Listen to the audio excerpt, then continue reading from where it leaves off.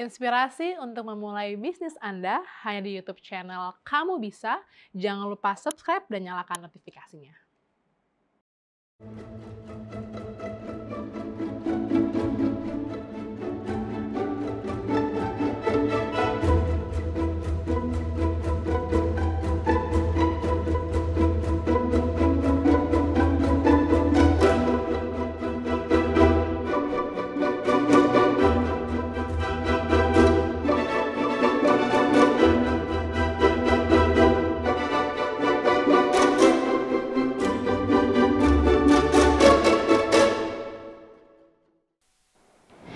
Selamat malam, kembali lagi bersama dengan kami dalam program Kamu Bisa, karya Mulia Bisnis luar biasa, kerjasama dengan Hope Channel Indonesia bersama dengan ASI, Perkumpulan Profesional dan Pebisnis Awam Advent.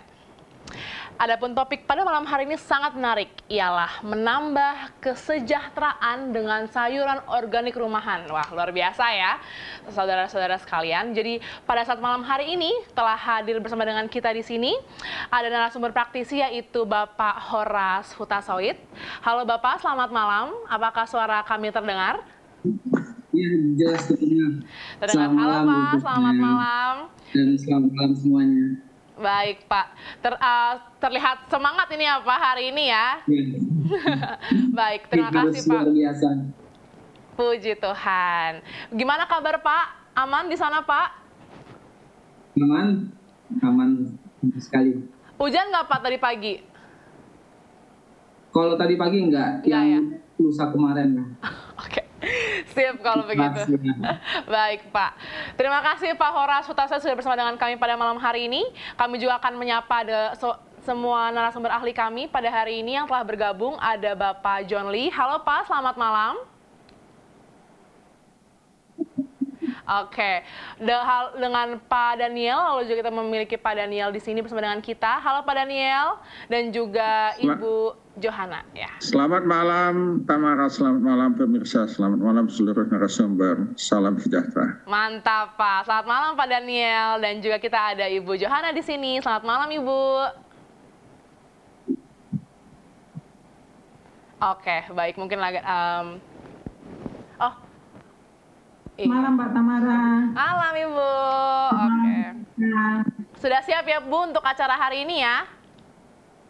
Pak. Mantap. Oke.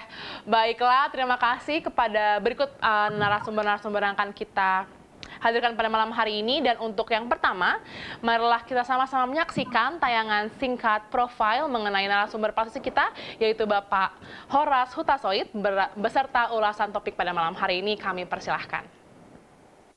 Nama saya Horas SM Hutasoid dan saya tinggal di Perumahan Citra Indah City, Kabupaten Bogor, tepatnya di Jonggol ya. Dan untuk kegiatan saya sehari-hari, khususnya di hari libur, Sabtu Minggu, saya biasa itu berkebun secara organik. Jadi saya banyak menanam jenis sayur-sayuran organik untuk kebutuhan sehari-hari dan sebagian saya jual untuk menambah keperluan rumah tangga. Harapan yang paling mendalam ya sebenarnya adalah untuk menciptakan pola hidup sehat ya, terutama di dalam keluarga. Kemudian kita bisa expand lebih luas lagi untuk mengajak teman-teman untuk bisa berkebun secara organik di rumah, sekaligus untuk menambah pendapatan ya, baik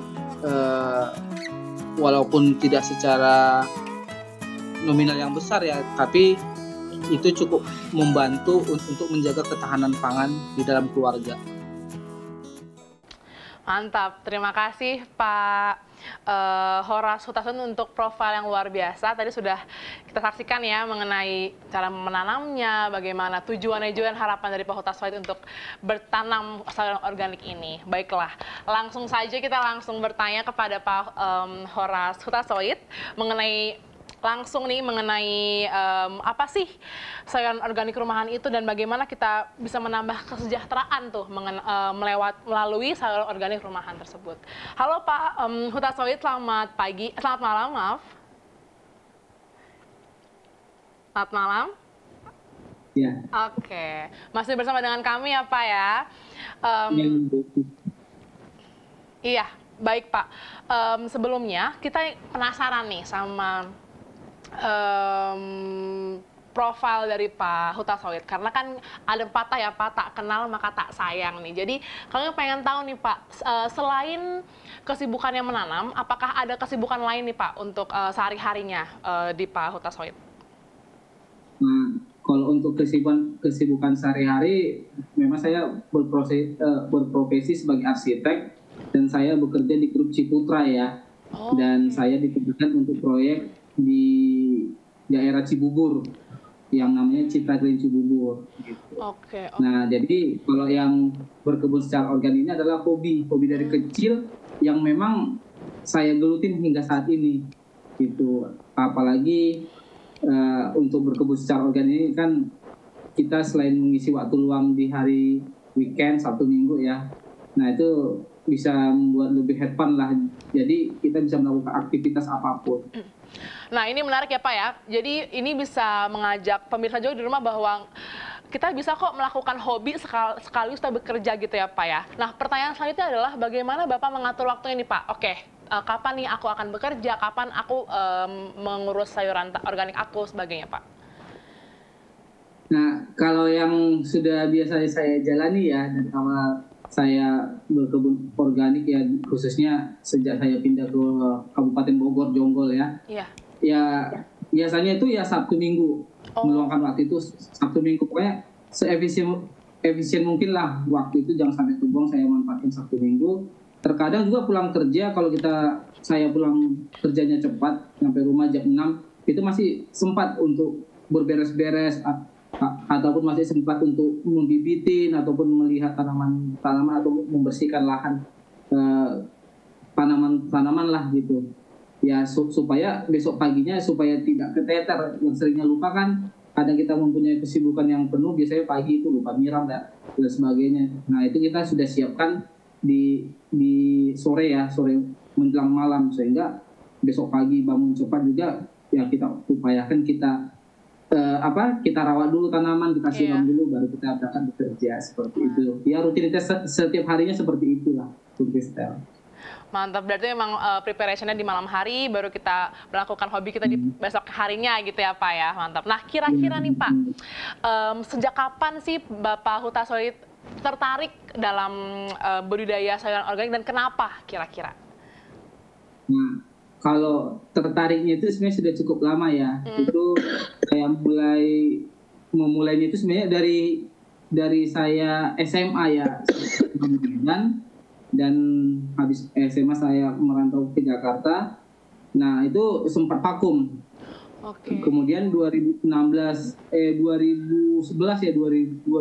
yang lalu saya mulai itu di Jakarta. Awalnya memang saya bertanamnya di polybok, jadi di lahan-lahan kecil ataupun saya buat kayak ambalan di dinding-dinding rumah seperti itu. Itu sih awalnya. Yang kedua juga karena belum banyak orang untuk menggeluti berkebun secara organik ya, karena memang yang saya lihat adalah lebih banyak konvensional, karena banyak berbicara adalah dari segi produksi untuk bisnis ataupun untuk memenuhi segmen pasar. Nah, biasanya banyak orang bertanya secara konvensional ataupun memakai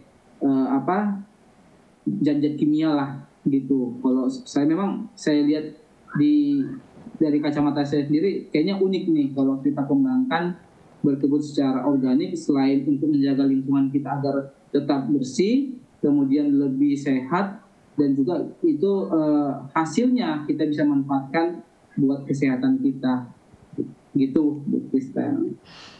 Mantap Pak. Nah, ini jadi menimbulkan pertanyaan selanjutnya nih Pak. Berarti kalau begitu awalnya nih belajarnya gimana Pak, dan dari mana begitu Pak? Awalnya mungkin di zaman sekarang udah banyak ya kita dapat informasi ataupun kita belajar dari YouTube ataupun dari buku-buku literatur yang lain gitu ya. Cuma ya jujur saya sampaikan, saya kebanyakan adalah otodidak sebenarnya. Ya istilahnya hobi ya. Dulu saya tinggal di Medan kan dekat dengan perkebunan ya, perkebunan sawit pada saat itu. Nah saya senang aja, istilahnya yang pertama saya kagumin itu sebenarnya bukan hasilnya, bukan hasil setelah kita panen, adalah prosesnya. Nah, yang saya ambil adalah prosesnya ini yang menurut saya itu menarik gitu loh. Karena kita tahu prosesnya, cara nanamnya lain sebagainya sampai proses hasil akhirnya adalah itu hasilnya yang membuat kita merasa puas dengan hasil yang kita capai selama proses penanaman hingga sampai panennya. Itu sih Bu. Ya, jadi ada kepuasan tersendiri begitu ya Pak ya, ketika melihat wah proses sudah saya lalui ini seperti dan hasilnya pun luar biasa begitu ya Pak. Ya, betul sekali. Oke Pak Utaswe, terima kasih banyak nih Pak untuk introduction-nya dulu. Ini pengenalan dulu nih mengenai sayuran organiknya. Nah sebelum kita lanjut kembali, kami mengajak semua pemirsa kalau ada pertanyaan, ada pernyataan, boleh sekali untuk ditinggalkan dalam kolom komentar nih. Jadi kita akan bersama-sama mengupasnya lebih dalam lagi nih pada malam hari ini. Baiklah, sebelum kita lebih lanjut lagi, kita akan sama-sama melihat ada video mengenai pembibitan dan perawatan berikut ini.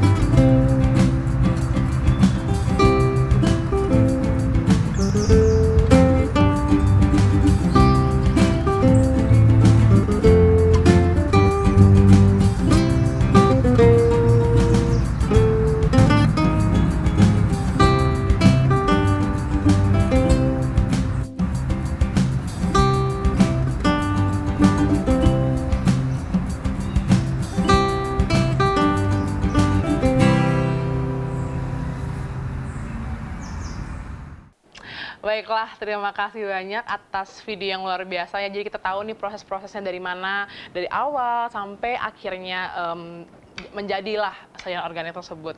Baiklah, kami kembali lagi nih bersama dengan Pak Hutasoid. Halo Pak, selamat malam. Iya Bu, semangat. Oke, masih dengan kami ya Pak ya. Nah Pak, pertanyaan selanjutnya nih, ketika kita melihat video yang baru ditayangkan itu mengenai proses yang luar biasa ini, pertanyaannya adalah dari mana sih Pak Bapak bisa membeli bibitnya atau mengambil bibitnya itu dari yang untuk sayuran organiknya?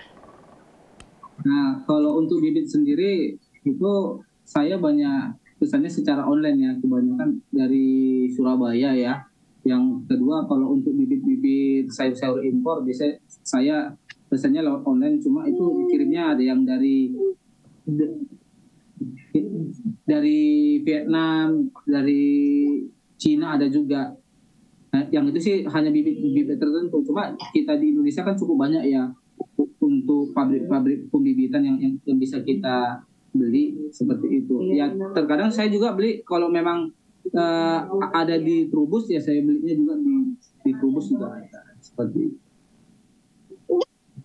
Banyak yang dari luar negeri juga ya Pak untuk bibitnya ya?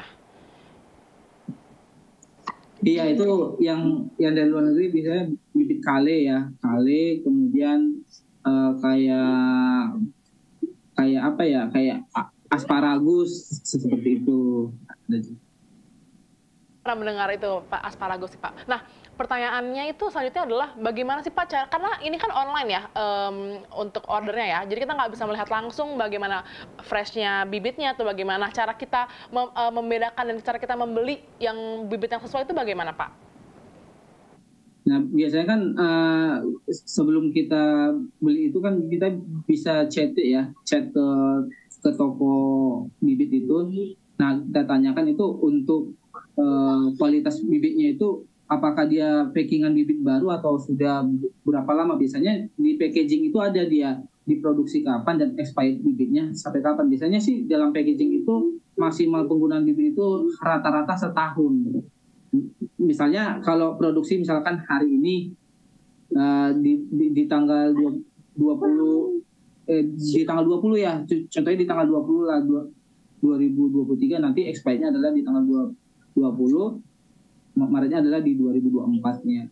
Cuma biasanya walaupun diberi waktu yang cukup lama setahun itu, biasanya di 4 bulan, di 5 bulan bibit itu sudah habis. Nah, itu kita udah bisa pesan bibit yang baru lagi. Sampai setahun ya Pak udah habis ya? Iya, betul. Oke, baik. Terima kasih Pak Huta Soid atas penjelasan luar biasa nih. Ini jadi baru juga nih buat saya ini pribadi bahwa oh ternyata kita bisa ya membeli bibit secara online begitu ya Pak. Nah, kita akan beralih nih Pak sebentar ke narasumber ahli kita nih. Pertama kita ke Ibu Johana sebentar. Halo Ibu, selamat malam.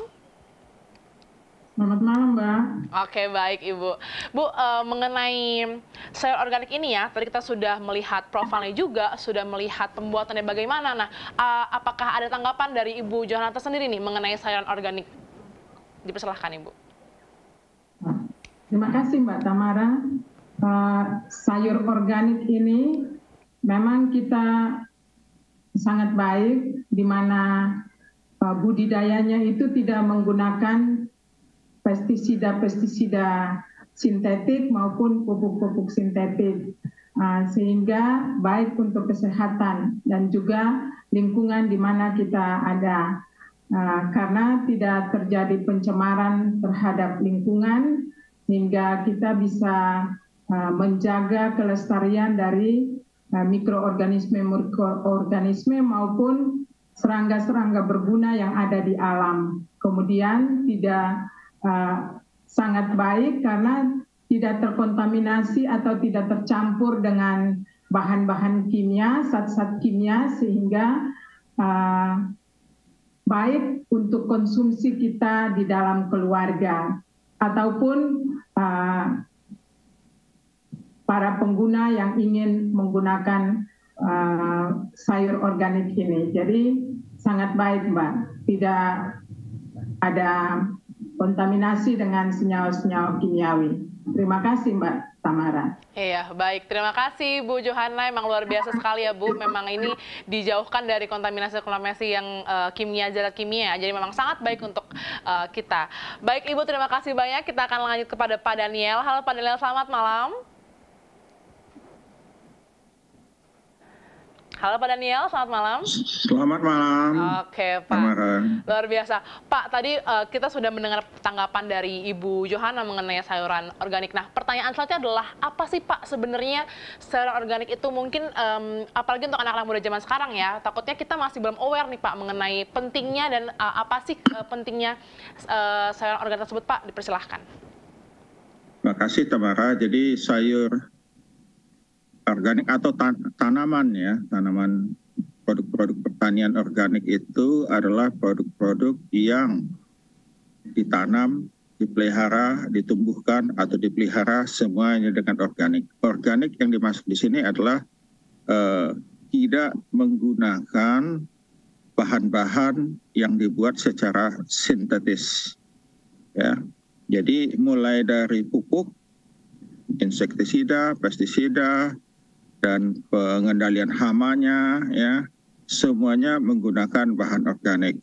Mulai pupuk misalnya, pupuk bisa menggunakan pupuk kandang yang sudah matang, ataupun pupuk hasil dekomposisi dari sisa-sisa tanaman, ya, dengan berbagai metode, itu bisa menjadi pupuk yang memang diperlukan oleh tanaman dan diatur sedemikian rupa sehingga kebutuhan unsur hara yang dibutuhkan oleh tanaman itu dapat tercapai. Kemudian tentu kalau dia diberi pupuk yang cukup dan baik, tanaman itu akan sehat dan lebih sulit untuk diserang oleh mikroorganisme. Kalaupun diserang oleh serangga ataupun hama yang lain, ya, jamur dan sebagainya, bisa juga kita cegah, ya, atau hambat ya dengan menggunakan berbagai produk organik yang nanti akan diterangkan oleh Ibu Johanna dengan lebih rinci, ya. Dan produk-produk organik ini juga kita ambil dari tanaman ataupun benda-benda alami, nature, ya, benda-benda alami yang memang bukan dari benda sintetik.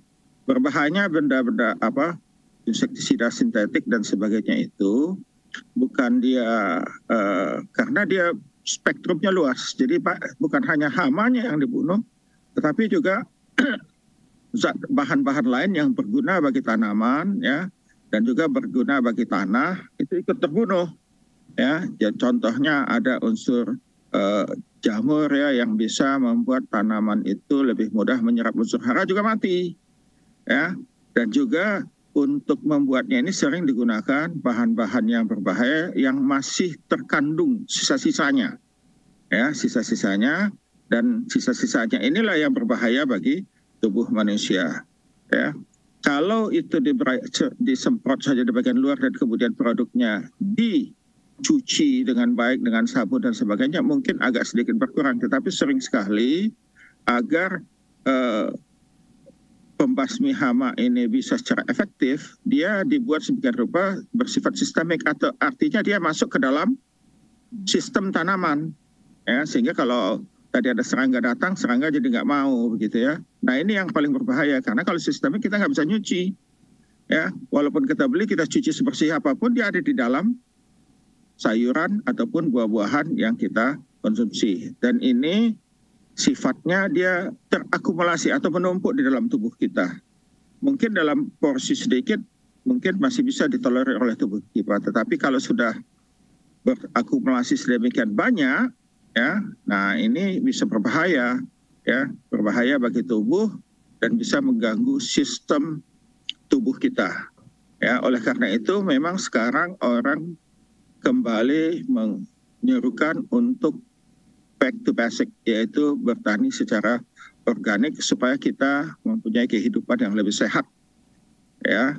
Tentu tidak semudah pada waktu ini kalau tinggal beli di warung itu, tapi nantinya, ya, pupuk-pupuk organik sudah mulai dijual di toko-toko pertanian, dan juga kemudian nanti insektisida atau pestisida organik juga akan menyusul nantinya, ya.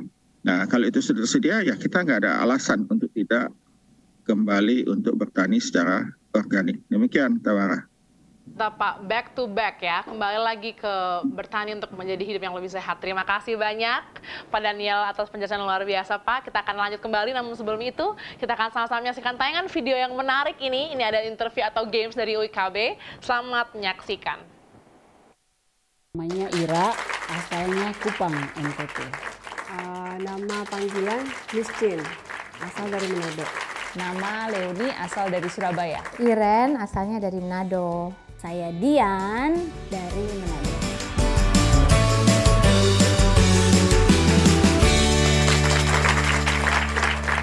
Segala jenis sayuran yang tumbuh tanpa bahan kimia disebut sayuran Organik. Organik. organik. Sayuran organik. Sayuran organik, ya. Organik. Sebutkan paling sedikit 3 hewan yang bisa menjadi hama. Hewan hama. Tikus, belalang, burung. Belalang. Kecoa, tikus. Cacing. Terus apa sih? Kumbang-kumbang gitu, ya nggak? Ya, kecoa. Tikus, ya, tikus. Nah. Ulat. Apa lagi ya yang kecil-kecil itu, apa sih namanya? Aduh, lupa. 3 lagi, taunya ulat. Apa sih? Belalang. Saya nggak tahu. Pas. Apa? Mem, tahu nggak? Apa nama lain dari kubis keriting? Kubis keriting. Pernah dengar? Mem? Nggak pernah dengar kubis keriting. Sawi. Kubis keriting, iceberg itu bukan? Selada keriting itu ya? Brokoli bukan sih? Keriting-keriting kan? Kubis keriting. Kubis keriting. Belum pernah dengar, sorry. Belum pernah dengar ya? Skip.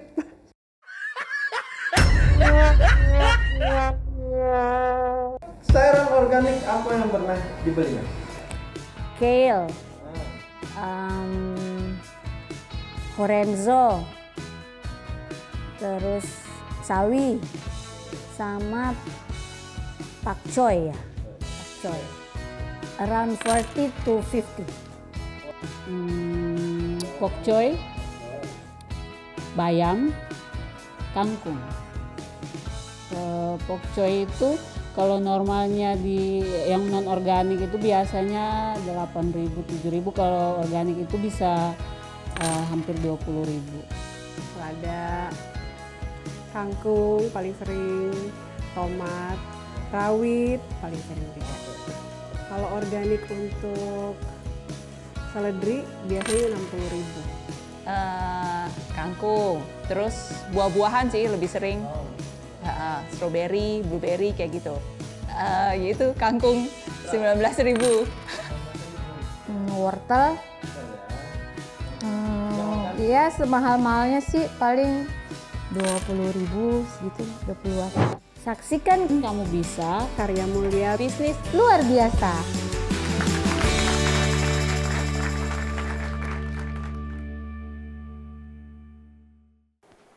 Baik, luar biasa ya, kita sudah melihat tayangan games yang luar biasa dan Anda masih kembali bersama dengan saya, Tamara Sucianto, dalam program Kamu Bisa Karya Mulia Bisnis Luar Biasa. Yang kali ini kita akan bahas mengenai menambah kesejahteraan dengan sayuran organik rumahan. Baiklah, kita kembali lagi bersama dengan Pak Syihota Soid. Halo Pak, selamat malam. Baik Pak, pertanyaan selanjutnya nih Pak adalah kan kita sudah melihat tayangan dari rumah Bapak ya mengenai tanaman-tanaman organik yang ada. Nah, Bapak tuh ada berapa jenis sih Pak kira-kira untuk tanam yang Bapak tanam sendiri nih di rumah? Ada kalau yang sekarang lagi saya tanam itu ada 5 jenis. Yang pertama itu selada, kemudian kale. Nah, ini jenis kale-nya yang curly ya, yang agak keriting-keriting. Nah, itu tadi yang seperti pertanyaan yang tadi itu yang kubis keriting, yaitu sama dengan ya kale sebenarnya ya. Nah, yang ketiga bayam, kemudian kangkung sama bayam Brazil. Ya. Sama satu lagi pakcoy. Oh, pakcoy, oke, iya. Ada 6, berarti sekitar 6 gitu ya Pak ya. Nah, untuk dari ke-6 yang Bapak tanam, itu mana yang paling cepat untuk dipanen Pak? Kalau paling cepat untuk dipanen ya, baik itu organik ataupun dia tidak organik ya, itu paling cepat adalah bayam dan kangkung sebenarnya. Karena memang umur panennya itu cukup relatif cepat dia. Apalagi memang terkena cahaya matahari full 8 jam sehari itu bisa lebih cepat tumbuhnya dan lebih cepat panennya. Seperti itu. Oke, berarti kalau kita jemur di sinar matahari bisa mempercepat pertumbuhan ya Pak ya untuk dipanen ya Pak? Ya, okay. Karena ada beberapa sayur memang yang saya tanam yang bisa full kena matahari, ada juga yang tidak bisa full kena matahari. Contohnya kayak seperti bayam Brazil ya. Bayam Brazil kalau dia full kena matahari yang saya sudah alami, itu dia daunnya akan kecil-kecil, kerdil gitu. Dia daunnya tidak hijau, dia jadi agak hijau kekuningan. Tapi kalau kita taruhkan dia di bawah ada teduhan ya, misalnya di bawah pohonnya tidak keblok langsung, tidak dapat matahari, tidak. setidaknya ya hanya pendek ya, masa kena matahari itu pendek, mungkin 3 sampai 4 jam gitu sehari. Itu malah daunnya lebih besar dan lebih hijau, dan tunasnya lebih cepat tumbuh ketimbang dia yang memang langsung kena sinar matahari yang full gitu. Karena memang jenis bayam Brazil ini dia itu seperti apa ya, kalau dia dimasak dia itu ada kayak lendirnya gitu, dia ada kandungannya lebih apa ya, crunchy, dia ya ada crunchy-nya. Nah gitu, dia bentuknya lebih kenyal untuk bayam Brazil ini, beda dengan bayam biasa yang kita konsumsi sehari-hari kan, itu dia lebih kasar ya, karena memang dia ada partikel-partikel kayak kalau kita pegang gitu kayak ada partikel pasirnya, dia teksturnya lebih kasar. Itu sih Bu Krista. Oke, mantap, luar biasa ya Pak ya. Aku malam hari ini mendapat banyak sekali tambahan dan ilmu baru nih Pak mengenai sayuran organik Pak. Berarti Pak untuk estimasi in general ya Pak, untuk dari bibit sampai panen itu kira-kira berapa lama Pak? Kalau kita ambil batas paling lama ya itu di 40 hari. Di 40 hari sejak tanam gitu, 40 hari sejak tanam. Itu kan biasanya setiap petani beda-beda ya, ada yang dia dihitung adalah 30 hari dari semai ataupun dari tanam, berbeda-beda sih. Kalau saya memang jarang sekali saya semai, biasanya saya langsung tanam bibit. Nah itu paling pendek itu, paling cepat panen itu ya 30 sampai 35 hari, yang paling lama itu 40 hari. Seperti itu. Paling lama itu 40 hari ya Pak, dari bibit sampai dia panen. Oke, mantap. Terima kasih Pak atas penjelasan yang luar biasa. Sebelum kita kembali lagi nih Pak, kita akan mengajak kembali nih untuk pemirsa-pemirsa di rumah, jangan lupa untuk jika ada pertanyaan, ada pernyataan, boleh banget untuk diisi dalam kolom komentar di paling bawah nih. Kalau di YouTube ada, di Facebook ada, silahkan untuk diisi dan dipertanyakan boleh, sehingga kami bisa bersama-sama diskusi nih kita bareng-bareng pada malam hari ini. Baiklah, sebelum kita lebih lanjut lagi, kita akan bersama-sama menyaksikan video panen sayuran organik berikut ini.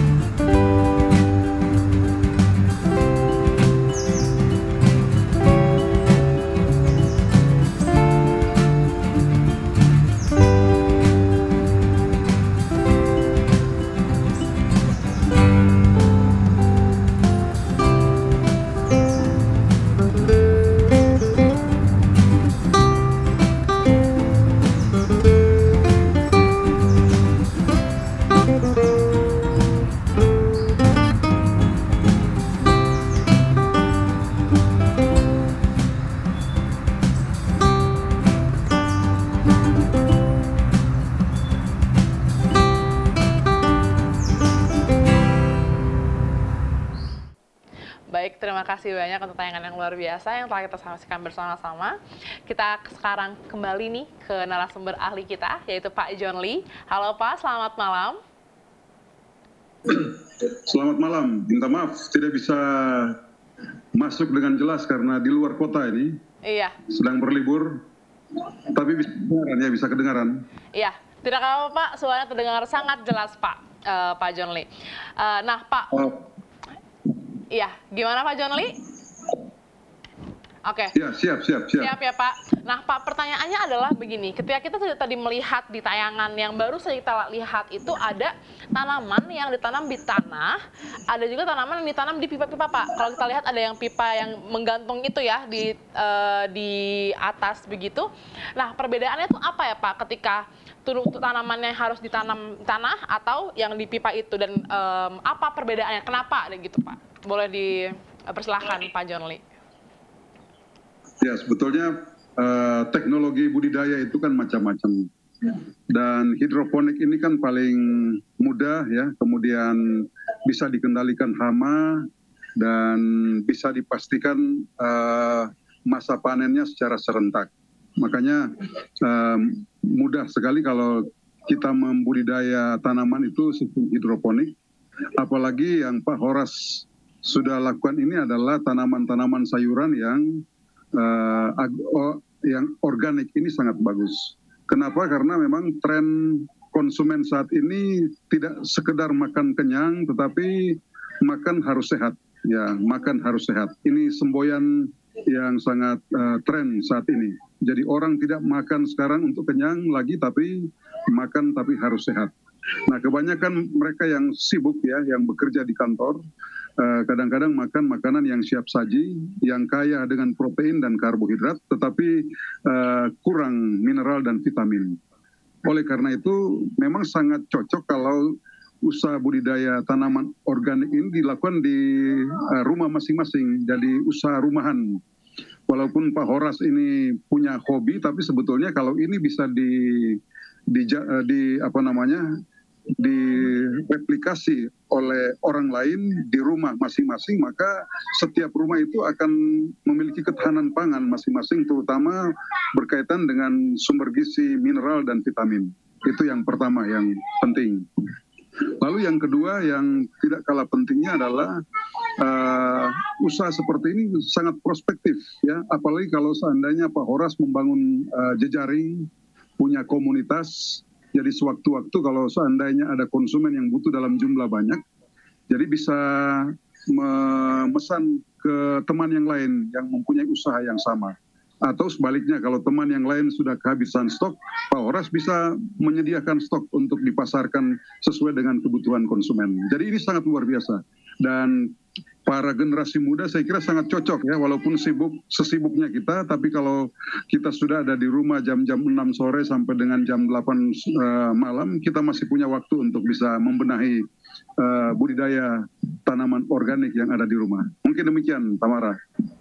Baik Pak, luar biasa. Jadi memang ini ajakan juga nih Pak untuk generasi-generasi yang masih muda ini untuk ayo kita buat yuk di rumah yuk, seperti itu ya Pak ya. Jadi kita hidup sehat bersama-sama begitu ya Pak John Lee. Oh, betul. Baik, luar biasa. Terima kasih Pak. Selanjutnya kita akan kembali lagi nih ke ada teman-teman kami dari teman kita dari sosial media sudah bergabung bersama dengan kita. Ada dari Pak Albert. Pak Albert berkata seperti ini, biasanya sayur organik lebih mahal harganya, apa karena perawatan yang lebih susah atau karena memang kualitas dari sayurannya tersebut begitu? Mungkin Pak Horas bisa menjawab Pak. Oke, Bu Kristal, saya akan jawab sedikit ya. Nah, untuk sayuran organik sendiri di pasaran ataupun di segmen pasar yang saat ini itu dikategorikan mahal ya, karena baik dari segi perawatannya yang cukup ekstra ya. Yang kedua, tidak memakai pupuk ataupun obat-obat kimiawi. Nah, ini jadi memang pupuknya sendiri yang dipakai organik, dan perawatannya yang paling susah adalah di perawatannya, baik itu dari pengendalian hamanya, kemudian dari proses ya istilahnya dirawat lah, proses perawatan yang mahal. Yang kedua juga ya, menghasilkan kualitas sayur yang sehat. Dibilang kualitas sayur yang sehat adalah dia tidak mengandung zat kimia yang seperti Prof. Daniel bilang tadi, tidak memakai obat-obatan kimia yang bisa berdampak bagi kesehatan kita. Justru kita memakai bahan-bahan yang organik yang nantinya akan membuat tubuh kita itu lebih sehat. Yang kedua, lingkungan kita akan tetap terjaga, baik itu dari kualitas tanah yang bisa produktif terus ya. Jadi tanah itu tidak jenuh gitu. Itu sih Bu yang bisa saya sampaikan. Oke, baiklah. Terima kasih Pak Horas untuk jawaban yang luar biasa. Semoga Pak Albert terjawab ya Pak Albert ya jawabannya ya Pak. Nah Pak, kembali kita kepada Pak Horas Hutasoid. Kalau tadi kan Bapak bilang bahwa memang itu hobi ya Pak ya, tapi Bapak juga ada memasarkan sebagian dari tanamannya. Nah kira-kira kalau contohnya Bapak pasarkan sendiri nih mungkin ke pasar begitu ya Pak ya. Nah kira-kira Bapak untuk menjualnya tuh dari range berapa tuh harganya tuh Pak? Nah ini saya biasa saya jual itu pertama ke keluarga dulu ya, yang kedua teman-teman kantor dan di lingkungan sekitar.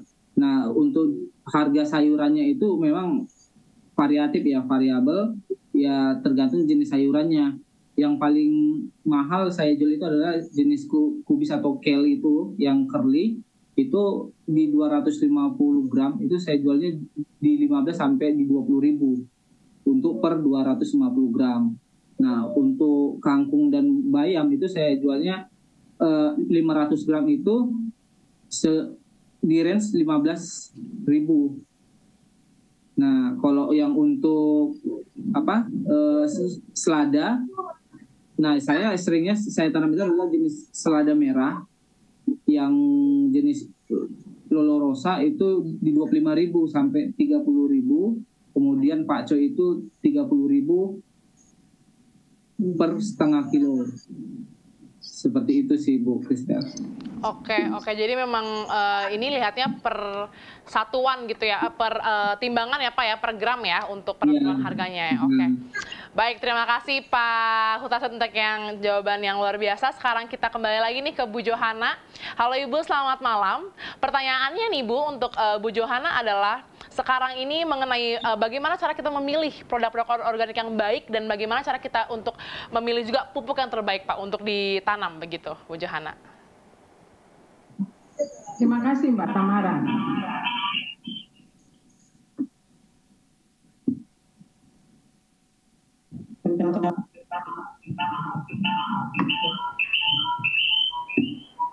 Iya Ibu. Halo, selamat malam Bu Johana. Bentar Mbak. Oke, siap. Ya. Boleh Bu. Ya, terima kasih Mbak. Iya, silakan. Sebenarnya kalau di tanaman-tanaman organik itu kalau kita mau lihat bagaimana memilih tanaman organik, itu ada beda sedikit dengan tanaman sayuran konvensional. Kalau pada tanaman organik itu ada daunnya itu ada sedikit lubang-lubang. Kenapa? Karena tidak disemprot dengan pestisida sintetik sehingga ada belalang dan hama-hama lain juga yang bisa memakan daun tanaman kita, sayuran kita. Sehingga sebaiknya kita jangan melihat mulusnya sayuran tetapi kualitas sehatnya dari sayuran itu. Sehingga saya sarankan jangan melihat mulusnya sayuran itu, tetapi baiklah melihat kualitas sehingga bermanfaat juga, menjadi sehat juga bagi kita yang mengkonsumsi.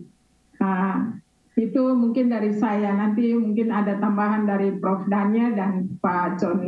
Terima kasih. Baik, terima kasih Ibu Johana untuk penjelasan luar biasa. Nah, kita sekarang ke Pak Daniel nih, Pak Daniel. Pak, untuk pertanyaan selanjutnya adalah bagaimana sih Pak bisa subur kalau tanaman organik itu tanpa memakai pupuk, Pak? Kita mesti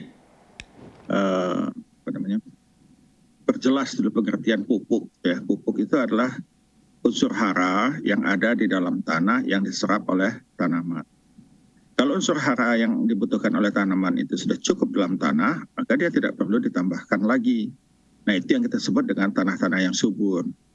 Kalau unsur haranya sudah diambil terus, maka dia mesti diganti, ya, diisi kembali. Nah, semua yang kita berikan itu baik pupuk organik ataupun pupuk non-organik, itu pada dasarnya sama, ya, ingin memberikan unsur yang dibutuhkan oleh tanaman, dalam hal ini yang makro yang kita sebut dengan NPK, nitrogen, fosfor dan kalium, ya. Dan ada lagi unsur-unsur mikro yang jumlahnya ada berkisar antara 32 sampai 37 gitu, ya. Nah, ini semuanya bisa diberikan oleh pupuk sintetik ataupun yang organik. Nah, sekarang apakah tanaman itu perlu dipupuk? Perlu, ya, karena tadi apalagi kalau seperti yang kita gunakan tadi oleh dalam kasus Pak Horas, apalagi di taman di belakang rumah, kita menggunakan planter bags, ya, ataupun ember bekas yang tidak kita pakai lagi atau apapun itu yang kita gunakan. Dan tanah ini kan terbatas, ya, dan perlu kita tambahkan. Tambahkan apa tadi yang dibutuhkan oleh tanaman. Dan yang dibutuhkan oleh tanaman ini kita sebut namanya pupuk, ya, bahasa Inggrisnya sebut fertilizer. Ya, yang kita suplai apa? NPK dan unsur-unsur mikro yang diperlukan oleh tanaman. Ya, nah ini bisa kita dapatkan dari mana? Dari sisa-sisa makhluk hidup. Kalau itu dari sisa makhluk hidup, baik itu hewan maupun tumbuhan, itu kita sebut dengan pupuk organik. Ya, dan kalau itu disuplai oleh pabrik, itu kita sebut dengan pupuk non-organik karena dia dibuat secara sintetik, ya, dia meniru apa yang dibutuhkan oleh tanaman yang ada tadi di pupuk organik. Kenapa dibuat begitu? Karena kita membutuhkannya dalam jumlah besar. Kenapa? Karena luasan lahan kita besar, gitu, ya. Nah, untuk skala kebun, skala rumah, halaman rumah ataupun ya dengan skala kecil, maka pupuk organik ini mudah kita dapatkan, ya. Kalau kita mempunyai skala besar, maka kita mesti juga membuatnya dekat dengan peternakan misalnya, ya, kalau dari hewan, ya, atau dari tempat lain yang mempunyai tanaman yang bisa kita ambil, kita panen, kemudian kita komposkan untuk menjadi pupuk. Tentu perlu formulasi, ya, bukan asal saja sebetulnya, bukan asal sampah. Yang ini kita perlu formulasi sedemikian rupa sehingga komposisi yang dibutuhkan oleh tanaman itu terpenuhi, ya. Jadi itu, jadi apakah perlu pupuk? Ya perlu, semua tanaman perlu dipupuk, sama. Semua makhluk hidup perlu makan, tanaman makannya dari dalam tanah. Dan perlu juga diperhatikan ada zat-zat lain yang dapat merangsang tanaman ini untuk menyerap.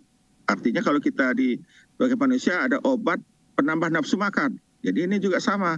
Di tanaman ada zat-zat lain yang membuat tanaman itu dapat menyerap unsur hara. Bisa menyerap lebih mudah, ya. Dan ahlinya nanti di sini ada Ibu Yohana, bisa ditanyakan zat-zat apa saja itu, ya. Saya tidak ahli di bidang itu. Tapi secara makro kita katakan seperti itu.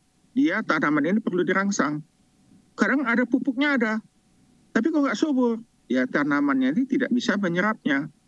Dan untuk itu kita perlu beri perangsang. Bisa itu berbentuk jamur, ya, macam-macam zat-zat yang digunakan oleh orang pada saat sekarang ini. Sehingga sekarang kalau kita mengadakan pertanian organik kurang subur tanamannya, nah, itu artinya belum menguasai bagaimana meramu nih tadi, ya, meramu si pupuk ini, dan juga bagaimana tanaman kita ini kita rangsang untuk dapat menyerap unsur hara dari dalam tanah itu dengan lebih baik sehingga cukup bagi tanaman dan tanaman bisa tumbuh dengan subur.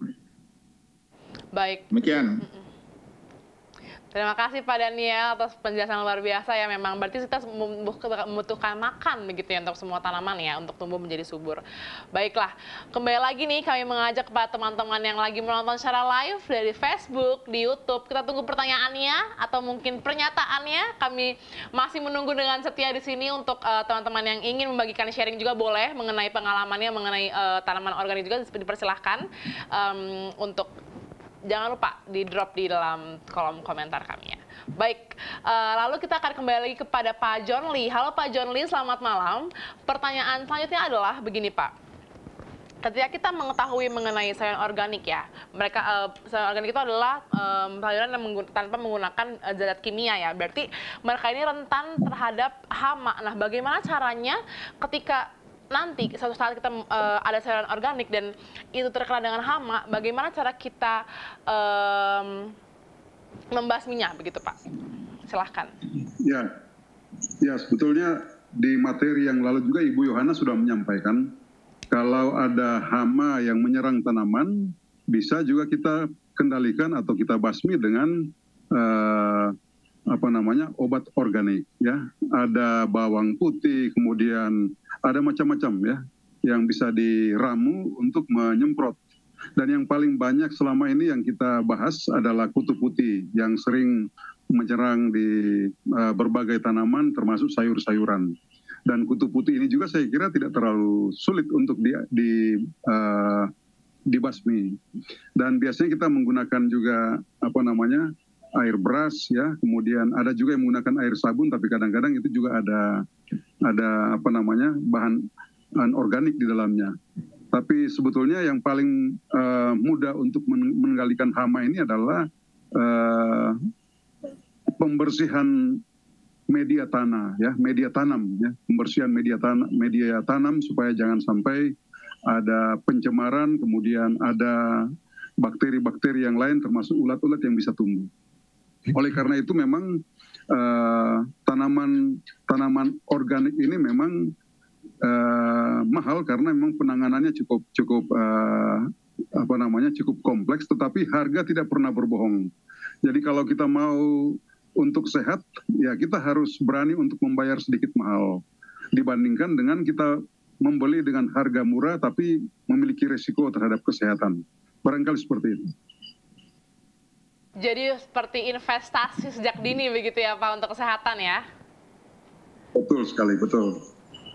Baiklah, terima kasih Pak John Lee untuk tanggapan yang luar biasa dan untuk ilmu yang baru nih yang kita dapatkan pada malam hari ini. Sekali lagi buat teman-teman kami ajak yang sedang menonton Facebook secara live ataupun YouTube juga, kami persilahkan untuk mengirim komentarnya, pernyataannya, pertanyaan, sharingnya juga bahkan boleh di drop komentar berikut ini ya.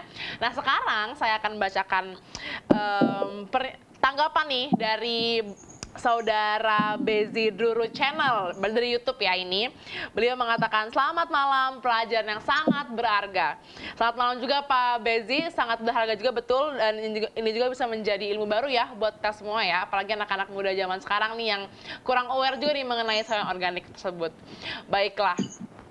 Tidak terasa nih waktu sudah hampir menunjukkan di penghujung acara kita sekarang. Dan sekarang terima kasih banyak juga untuk teman-teman. Kami masih menunggu untuk pernyataannya. Dan kita akan bersama-sama melakukan closing statement nih secara singkat dari Bapak narasumber terlebih dahulu kepada Pak Huta Soed, dipersilahkan. Oke, terima kasih Bu Kristel. Ada sedikit pesan yang harus saya sampaikan ya. Nah, saya berharap untuk ada anak muda saat ini untuk boleh mulai menggiat ya, apalagi untuk bertumbuh secara organik. Memang kita harus mulainya dari lingkungan kita secara rumahan ya, karena memang dampaknya, efeknya itu cukup sangat besar bagi kehidupan kita, terutama untuk menjaga lingkungan kita agar lebih sehat. Dan kalau sudah bisa menjaga lingkungan kita sudah sehat, efeknya adalah efek positif yang kita dapat lewat berkebun secara organik. Kalau di YouTube saya juga saya sering bilang, mari kita sahabat organik untuk tetap berkebun secara organik agar menjaga lingkungan kita lebih sehat dan keluarga kita lebih sehat, sehingga lingkungan kita bisa lebih terjaga. Itu saja sih, Bu Kristel. Terima kasih Pak Utasoid untuk closing statement. Lalu kita langsung lanjut lagi kepada Bapak John Lee untuk memberikan closing statement secara singkat. Dipersilakan Pak John Lee.